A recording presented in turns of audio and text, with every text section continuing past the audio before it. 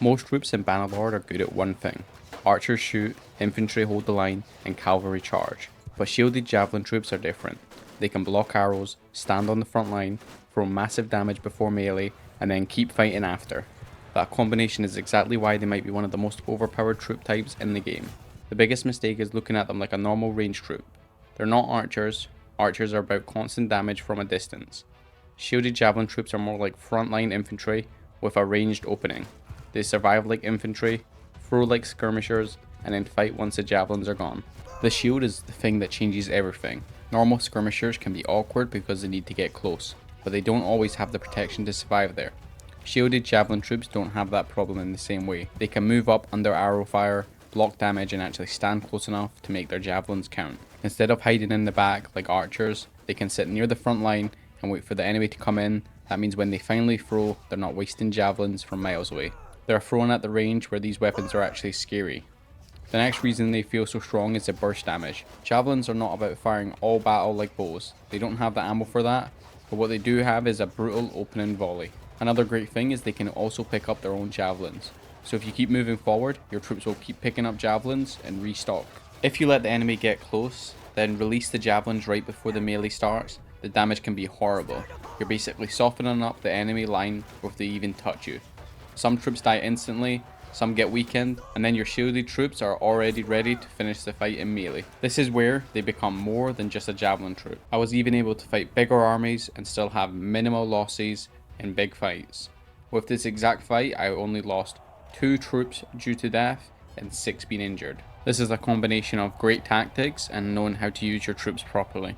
This also shows you how strong shielded javelin troops can really be. But the real question is, why are they so good in real battles? And a part of that is how Bannerlord battles actually play out. A lot of fights don't stay clean for long. Infantry lines crash together, cavalry charges through, troops get bunched up, and everything turns into chaos. That is exactly where shielded javelin troops are dangerous. They don't need perfect long range angles, they want close range chaos, they want enemies packed together, they want that moment right before melee where one good volley can completely change the fight.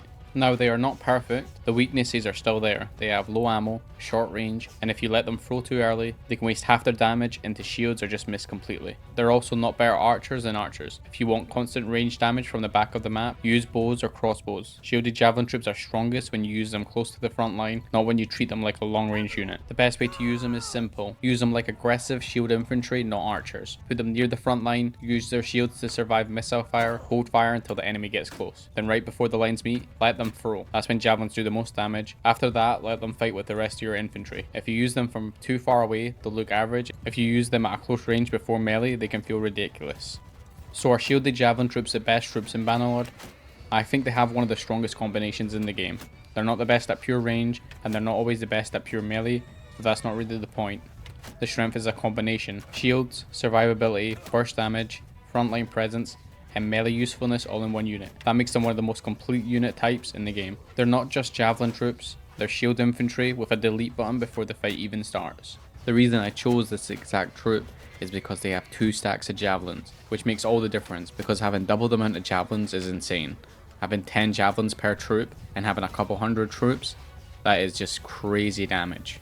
Especially when the troops can keep picking up any missed javelins when you're moving forward. You can also pick up the missed javelins, especially if you're using javelins as one of your main weapons. This becomes very strong if you've already maxed out your javelin skill, as we all know how OP javelins can be. But from my testing, these troops have dominated in every situation I've put them in, especially being outnumbered, defending thieves, attacking thieves. They've just outperformed any other troop that I've used, and I don't know why that exactly is. I think it just comes down to how strong javelins are, and since they're all shielded, and I think this just makes it so we lose less troops while also having very high damage. Because I have tested other troops, like I have done a video on tier 6 archers, and they didn't perform as well as I thought they would, but these tier 5 shielded javelin troops are very good. Which is one of the reasons I made this video in the first place, because I have used loads of troops and I have played the game for many hours, but even from all that, I've never really used a troop where I can dominate so much and fight bigger armies being outnumbered and only lose 2 troops to dying and 6 being injured.